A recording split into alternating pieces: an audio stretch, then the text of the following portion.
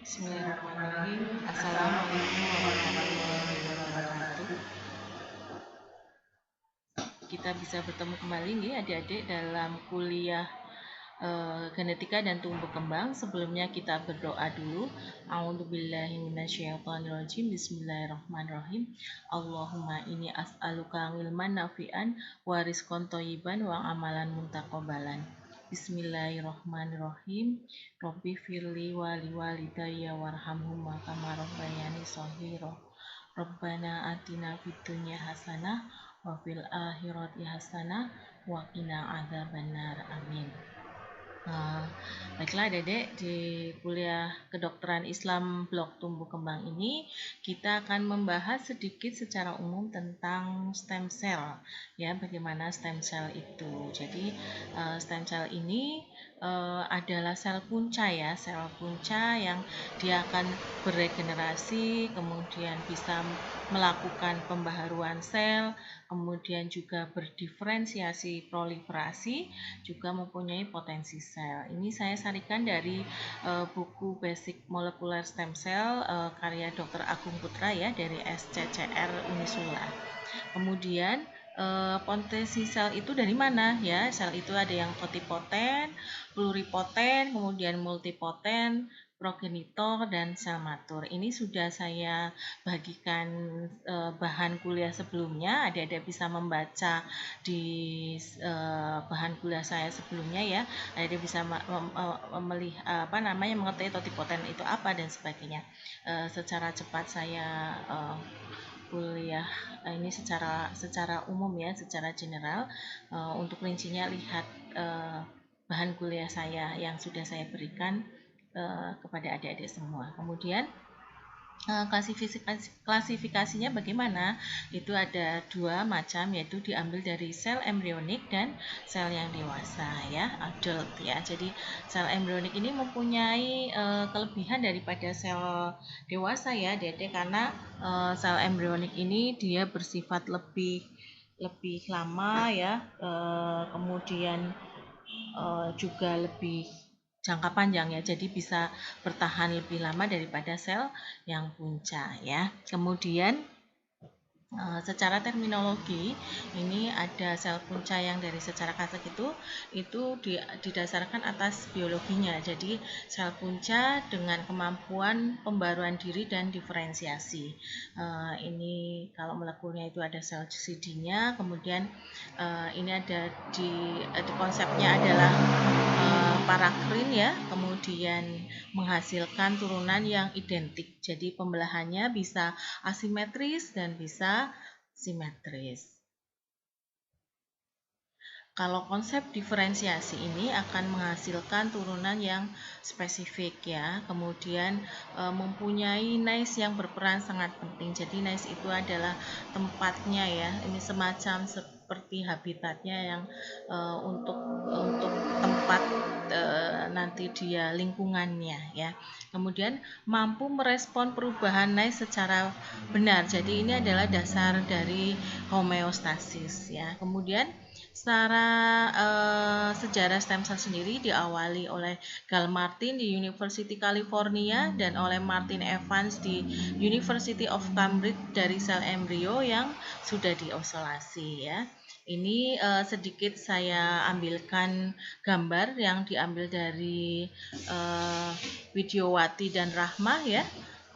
Ini bagaimana sigot, kemudian ini sigotnya potensialnya adalah totipoten, kemudian blastosit ini menjadi pluripoten, ya, kemudian menjadi embryonic stem cell, kemudian yang adult itu akan menjadi beberapa banyak, ya, banyak sekali yang bisa dari adult ini, ya. Ini multipotent stem cell, kemudian ada organ, ya, ini ada limited potensial, kemudian ini yang tadi tipe selnya adalah progenitor, kemudian limited division itu, kemudian tipe selnya adalah committed progenitor, dan yang terakhir adalah diferensiasi, ya. Kemudian bagaimana Islam sebetulnya memandang stem cell? Kalau kita lihat dari kisah, ya, dari kisah penciptaan manusia, kita lihat di Quran surat An-Nisa ayat 4, hai sekalian manusia, disebutkan di situ artinya, hai sekalian manusia, bertawakallah kepada Tuhanmu yang telah menciptakan kamu dari diri yang satu, dan daripadanya Allah menciptakan istrinya, dan daripada keduanya Allah memperkembangbiakan laki-laki dan perempuan yang banyak. Dan bertakwalah kepada Allah dengan mempergunakan namanya, ya, kamu sekalian saling meminta satu sama lain dan peliharalah hubungan silaturahmi. Sesungguhnya Allah selalu menjaga dan mengawasimu. Jadi disebutkan bahwa Nabi Adam dulunya kan sendiri di surga, kemudian meminta teman dan Allah Maha Penyayang, kemudian diberilah teman dari tulang rusuk Nabi Adam dan dikisahkan dalam satu kisah itu, Nabi si Hawa itu diciptakan dari tulang rusuk Nabi Adam sebelah kiri di saat Nabi Adam tidur, ya. Meskipun banyak kisah lain, ada penciptaan manusia dari hal yang lain, misalnya dari tanah, ya, dari saripati tanah dan sebagainya. Tapi intinya bahwa ada makna, ada ilmu, ya, ada ilmu yang bisa kita petik bahwa ada sel itu, ya, walau alam bisawab, jika Allah menghendaki semua akan terjadi, dan hak prerogatif Allah adalah menghidupkan dan menciptakan, ya. Jadi manusia tidak boleh kemudian ingin membuat cloning, ya, mengcloning atau menciptakan suatu individu yang bernyawa. Itu sangat bertentangan dengan semua agama, ya, dan etik terutama.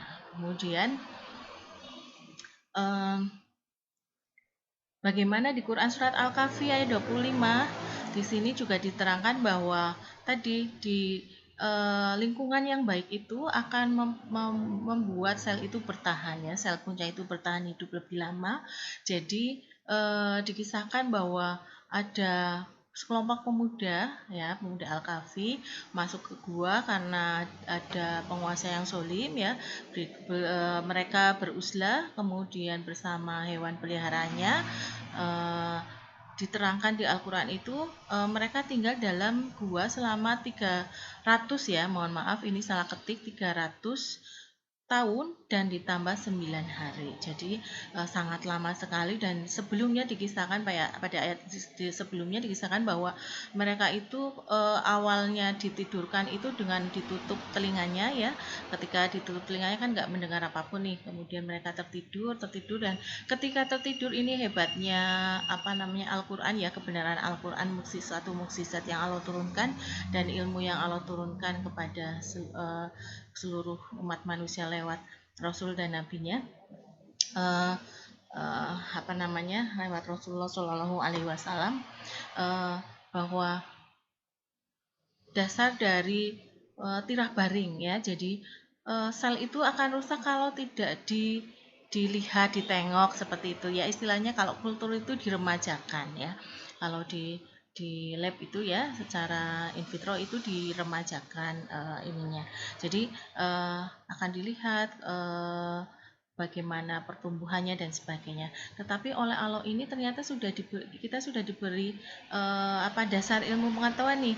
Jadi manusia itu harus bergerak, ya, tidak boleh statis kondisi selnya. Jadi diterbaringkan supaya sel-selnya tidak rusak dan supaya kalau dibedah itu tidak terjadi ulkus, ya, karena dekubitus. Kemudian ada di Quran surat Al-Anbiya juga ayat 69, ya, dan Allah berfirman, wahai api, jadilah kamu dingin dan penyelamat bagi Ibrahim. Ini jelas bahwa manusia adalah diciptakan dari tanah, ya, berbeda dengan jin dan setan. Iblis diciptakan dari api dan bahan dasarnya ini akan bertabrakan, ya. Jadi disitulah kemudian ketika Ibrahim dibakar, ya, Allah kemudian mendinginkan apinya, ya, sehingga sel-sel tubuh Nabi Ibrahim itu tetap terjaga dan tidak rusak, ya, tidak menyebabkan kematian sel dan jaringan.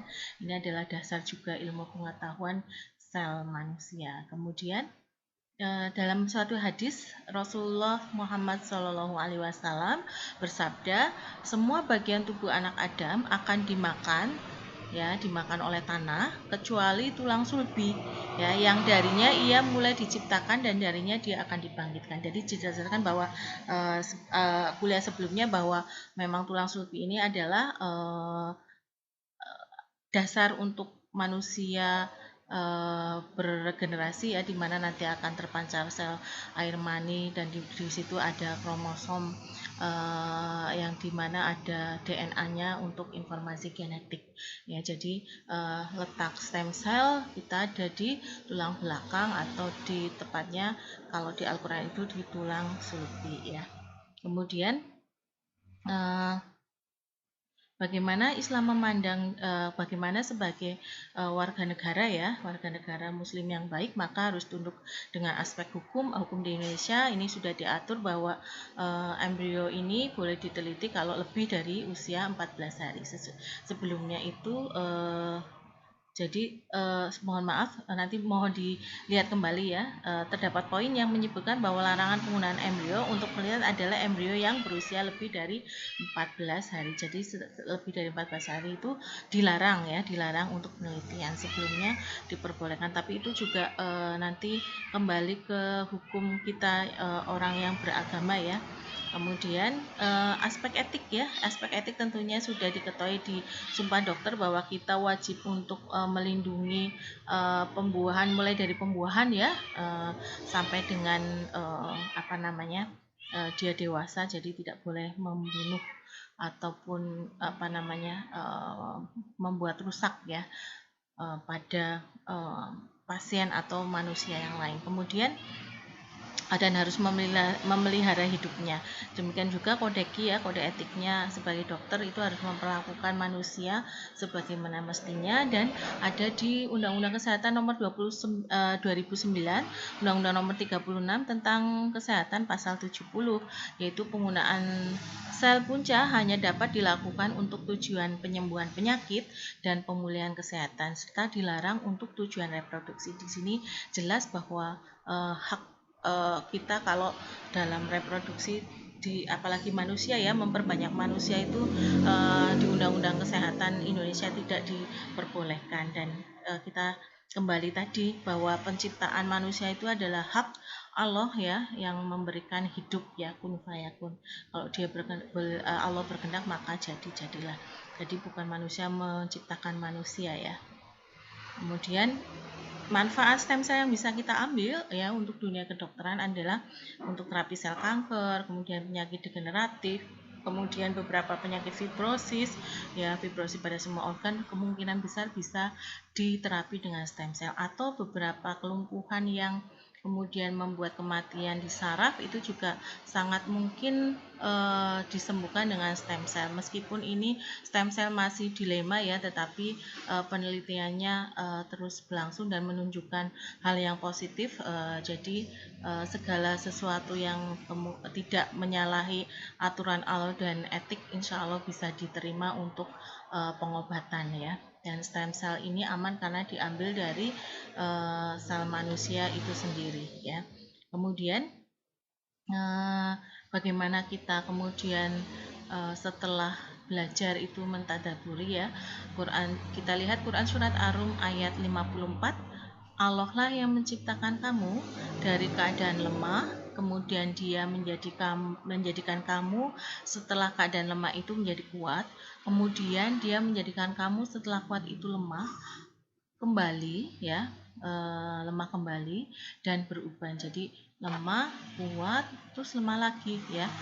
Kemudian ditambahkan stem cell yang ada di rambut itu akan berubah menjadi uban ya. Kemudian disebutkan lagi dia menciptakan apa yang dia kehendaki dan dia maha mengetahui dan maha kuasa. Di sini jelas bahwa kita harus bersyukur dengan segala apa yang sudah Allah ciptakan. Kita tidak usah berkecil hati kalau hidung kita tidak mancung ya, tidak usah dimancungkan karena itu termasuk merubah ciptaan Allah. Jadi anti-aging itu tidak semuanya merubah ciptaan Allah, tetapi preventif untuk menjaga sel itu tidak rusak, bukan merubah ya, berbeda kajiannya ya. ya. Kecenderungan kita, kita harus tahu garis-garisnya bahwa merubah bentuk itu tidak diperbolehkan kecuali kalau kondisi yang darurat ya, misalkan karena kontraktur akibat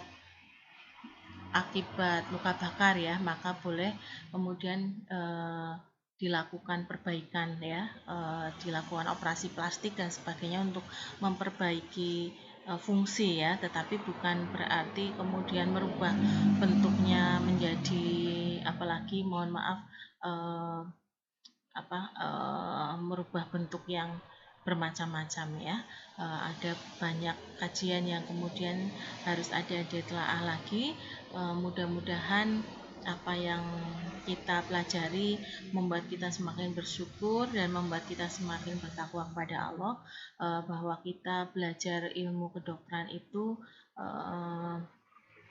luar biasa bersyukur ya, karena kita bisa mengetahui tentang organ kita, tentang tubuh kita, tentang bagaimana menjaga ciptaan Allah ya, mensyukuri ciptaan Allah itu dengan menjaga tubuh kita supaya tidak rusak. Mungkin itu yang bisa saya sampaikan. Apabila ada kesalahan itu datang dari saya sendiri, apabila kebenaran itu dari Allah semata, saya mohon maaf. Saya akhiri, mohon dibaca lagi yang share materi yang sudah saya berikan ya adik-adik. Selamat belajar di rumah, mudah-mudahan kita berdoa pandemi ini segera berakhir. Kemudian saya akhiri, mari kita berdoa bersama. Bismillahirrahmanirrahim. Subhanakallahumma wa bihamdika asyhadu an la ilaha illa anta astaghfiruka wa atubu ilaik. Assalamualaikum warahmatullahi wabarakatuh.